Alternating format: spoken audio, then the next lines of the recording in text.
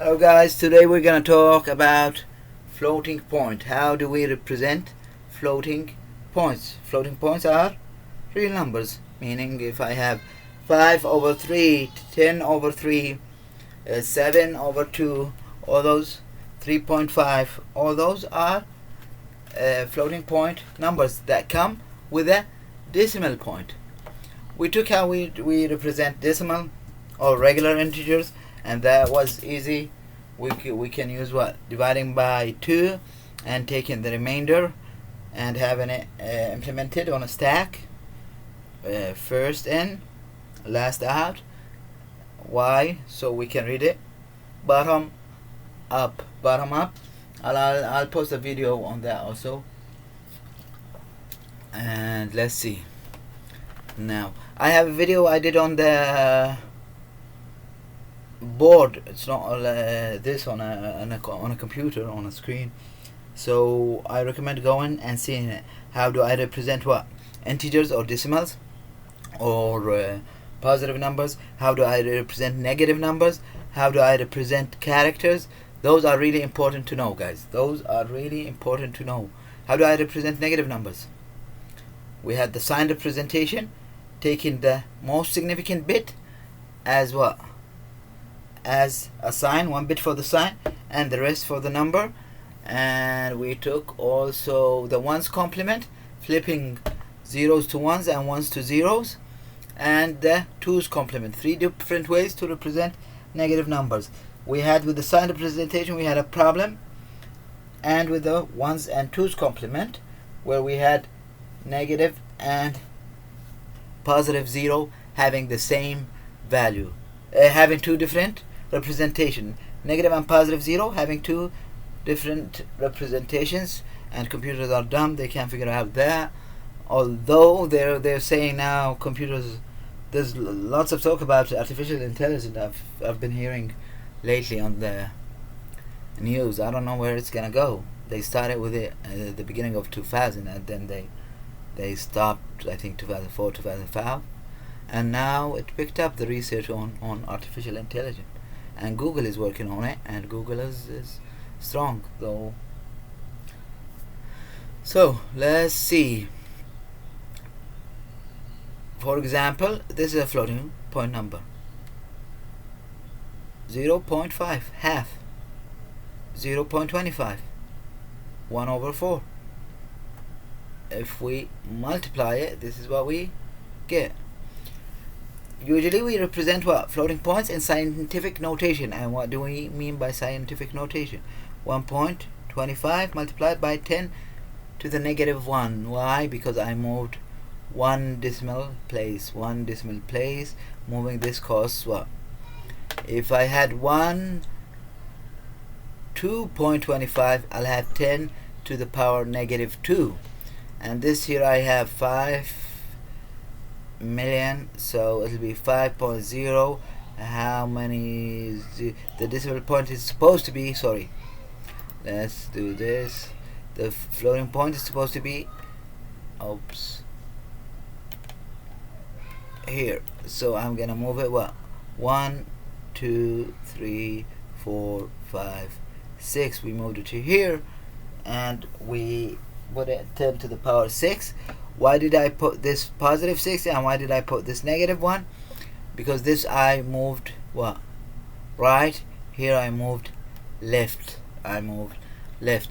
Now floating, if we are clever programmers, we can perform floating point calculations using any integer format, and we're gonna see how we can do that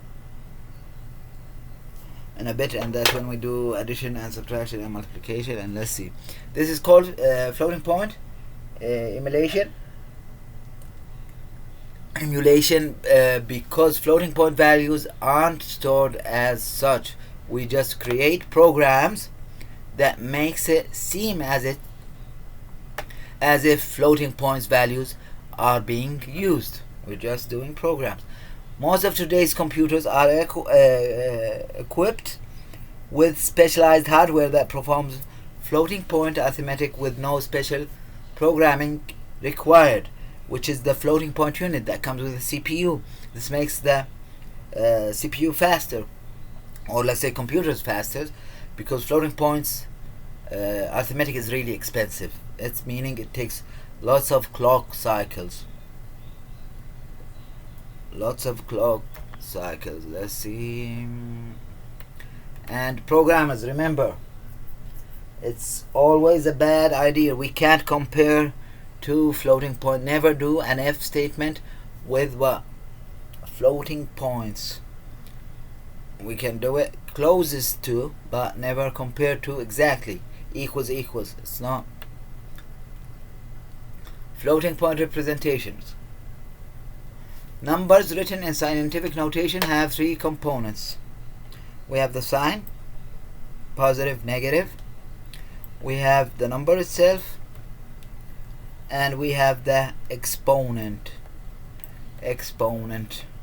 Three of the computer representations of a floating point number consists of three fixed size fields: sign, exponent, and significant. And if you remember, we took in class the simple model, and the simple model is just a theoretical model just to study, which is easier than the other 32 and 64-bit model. We had this, I think, 5, and we had the significant as 8-bit. 1 bit, 5 bits for the exponent, 8-bit for the significant, or we can say the precision. This decides how precise my number is. This will determine the range of the number, exponent, to the power 5, and the sign determines if it's positive or negative. And this comes out to 6 and 8, 14. Remember, we took the 14 simple model in class, and I think I have a video on that, but it's on the board. Like, I explain it on the board. Check that one, it's really good. We have two ways to represent floating point. I have the IEEE 754 single precision model, which is the 32-bit model, and I have the and this is, think of it as a float in C++. This is the IEEE 754 double precision. This should be okay. Take this should be doubles. Sorry guys, double, and it's a 64-bit. Here I break it: 1 for the sign, 8 for the exponent. In the 14-bit model I had 5, so my range here is more. And the precision, or the what did we call it here, significant, is 23. In the IEEE 754 double precision model, I have the precision as 52, so you can see the difference. Exponent, this here I have more precise numbers. Here the range is wider, and this is for the sign. Let's see this. I have 29.75, and how am I gonna represent this floating point number in binary? First thing we do, convert to binary. How can I convert this to binary? We can think of this as what? What do I have? 1, 2, remember this scheme, 4, 8, 8 and 16. So 29 is gonna be okay. I wanted it, this is 24, 20, and this is 29. And I'm sorry guys, I changed it in the slides. It's supposed to be 24. I think I did the rest on 24. So we're gonna think of this as 24. 24 will be this, and I have the decimal point here. And remember, how do I represent the decimal part? Here we started with 2 to the power 0, yeah? That's why it's 1. And here 2 to the power 1, which is 2. 2 to the power 2, power of 2's. 2 to the power 3, which is 8. 2 to the power 4, which is 16. 2 to the power 5, which is 32. Here we go with 2 to the power minus 1, which is considered as 1 over 2, which is half, so it's gonna be 0.5. 1 minute, Daddy, I'll come in a minute. I'm almost finished, Daddy. 2 to the power minus 2, which is 1 over 4, which is 0.25, and I have what here, 2 to the power negative 3, which is 1 over 8, and what is it gonna be? Oops, I can't go further. It's gonna be what? 0.25, and I have 2 to the power negative 4, which is 1 over 16. Oh no, this is 125, 0.125, and this is gonna be, oops, sorry, and the 0.625. And what am I doing here? This is the first bit, second bit, third bit, fourth bit on the right of the decimal point. What I'm doing is dividing by half, so to convert this to binary, 24.75, I'm gonna have 1 1 0 0 0, and I have a decimal point. Do I have a 0.5? Yes, so that's a 1. And what am I left with 0.25? Do I have a 0.25? Yes. I don't have a 0.125. I don't have a 0.0625. So this is my number in binary. And you know, we remember we took the multiplication method is by taking, let's say I take the 0.75. Let's clean this 1 minute. Let me show you another way. If you don't want to use this way, we can use, let's say, points,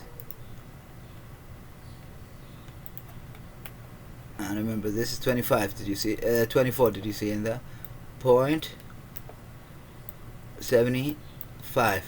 And what I do is I add 0.75, so this is gonna be what, 10, 15, and 1.50. So I'll take what? I'll take the 1. Here, let's put my number as 1. I'll take this, I'll take it out. I'm left with 0.5, so I'll add 0.5, and what will this be?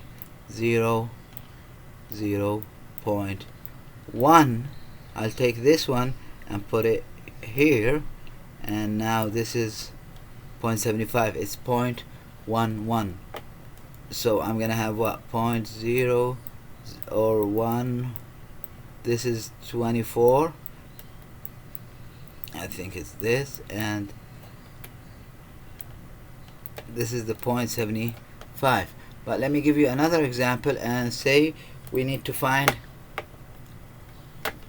what's, let's say, 0.187.6. Let me see if I'm right. 5. I'm trying to do. Let me calculate it here on a minute. I don't want you to. 25.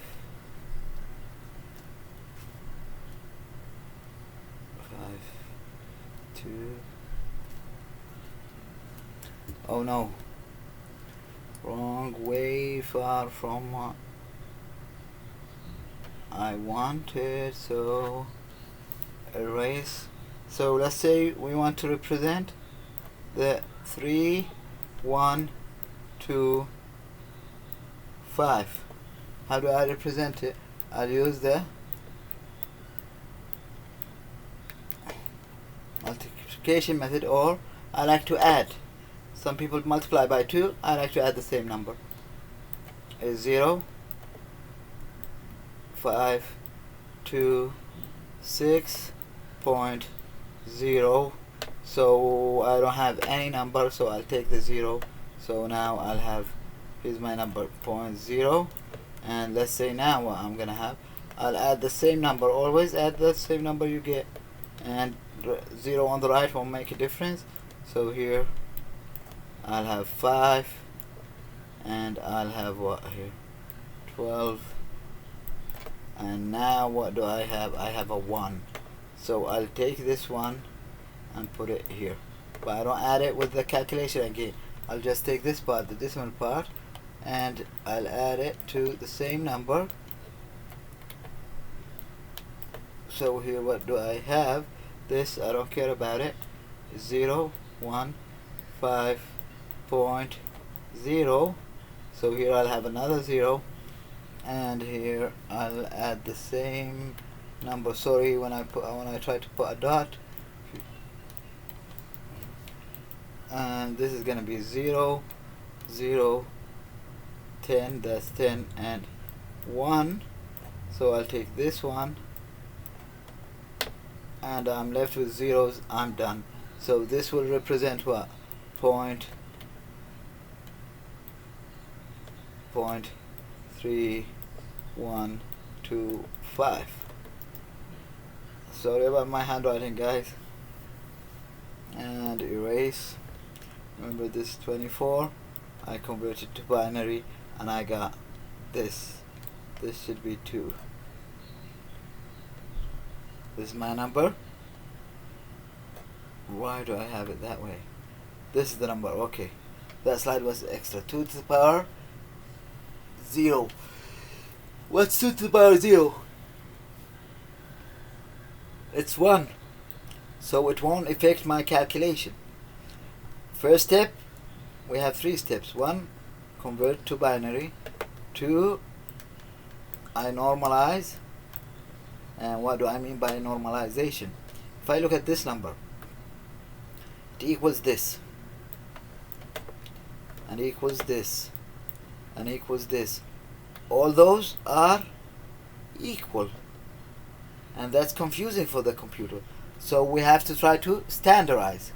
Standardize meaning having one form or one standard, and they decided to have a standard of 1 point, and the rest is, which is this is the standard they want to use. The x's mean zeros or ones, but our standard is gonna have one, at least our standard is gonna have one after the, on the left of the decimal point. 1 1 on the left of the decimal point, just 1. I can't have 1 0 1 point something. I'll move this to here. I have to have just one number at the left of the decimal point. First they used to use this one, and it's important to know the difference. They used to use this standard, where what they had this one over here. By moving it over here, we doubled our range. Why? Because what we're taking and we're gonna put in the exponent field, and not exponent, in the precision field, is gonna be just the x's. And we'll see an example. Here we normalized it. We're gonna normalize it to this standard, and it equals this. We moved what? 1 2 3 4. 2 to the power 4. If I move left, it's gonna be a positive. If I had to move right, meaning if my number was, let's say, 0.000000001, multiplied by 2 to the power 0, I needed to move it what? 1 2 3 4 and 5. So I'll have 1.011 multiplied by 2 to the power -5.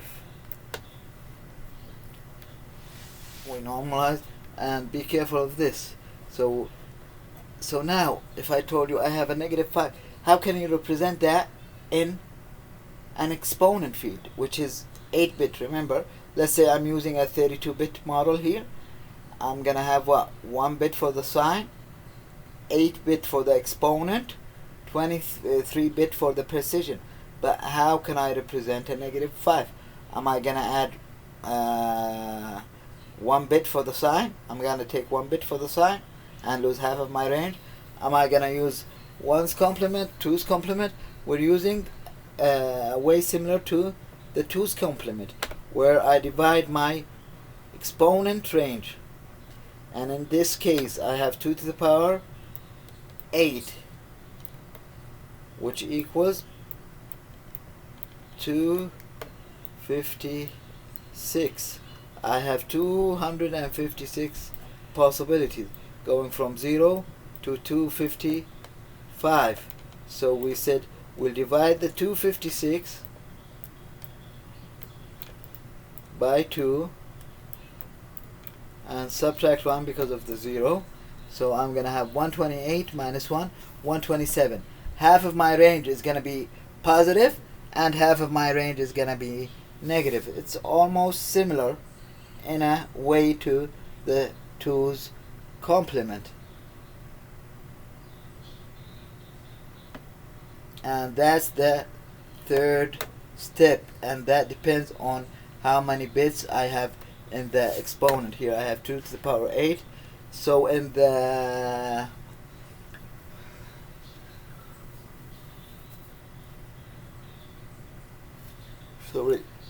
in the 64-bit model, I have 11 bits. Did I have 11? One was for the sign, and 11 for the exponent. That's 12, and 52 for the precision. So if I have 11, my range is 2 to the power 11. 2 to the power 10 is what? 1024 to the power 11 is 2. Okay. So let's calculate. If I'm using the double precision, I'm gonna have what? 2 to the power 11, which equals 20. Is it 5? 2048.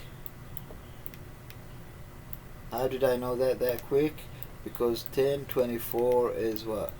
2 to the power 10, and 512 is 2 to the power 9, and we just took 2 to the power 8 is 256. So I'll divide by 2, I'll subtract 1, so I'm gonna have my base as 1023. So half of my numbers are gonna represent positive and half of negative. That will enable me to represent, or enable the computer to represent floating points with a negative exponent, which usually are less than 1. Any number that's less than 1, it's gonna have a negative exponent.